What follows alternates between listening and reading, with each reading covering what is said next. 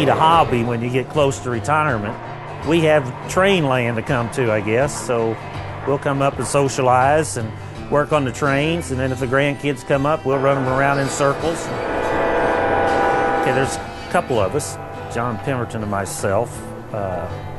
We had a couple grandkids, each one of us, and both of them were interested in model trains. So I had a model train set in my basement.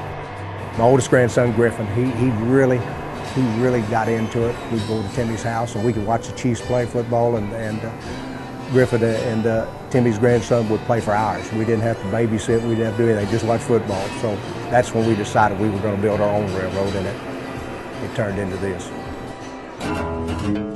Over 800 men worked at one time at Slater on the railroad, so it definitely was a railroad town. So we tried to build that as much as we possibly could to show what Slater was back in the early 1900s all the way up into 1950. We got a table that's about 30 feet wide and about 65 or 70 feet long. So Main Street, we made it one block long out here in the center. And then we also tried to simulate the area where the roundhouse was. So years ago in Slater, when there was 700 or 800 people worked on the railroad, the biggest thing was they worked on steam engines. So the steam engines had to be turned around when they were in the area. So the railroads always built what's called a roundhouse, and that's what we have up in the front of the layout. I have two guys that I worked with on the railroad that they're very good at doing those buildings.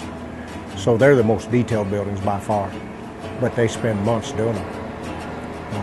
One of the guys was from Kansas City that did the roundhouse, and it took him, he told me his wife was going to run him off because he had it in the living room for 2 or 3 months working on it. He'd come home and get down on the floor and work on it.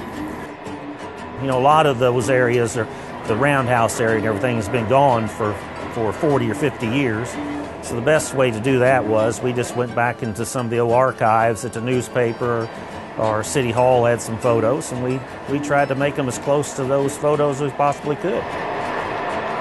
And I worked on the railroad. I retired in 2010 after 41 years.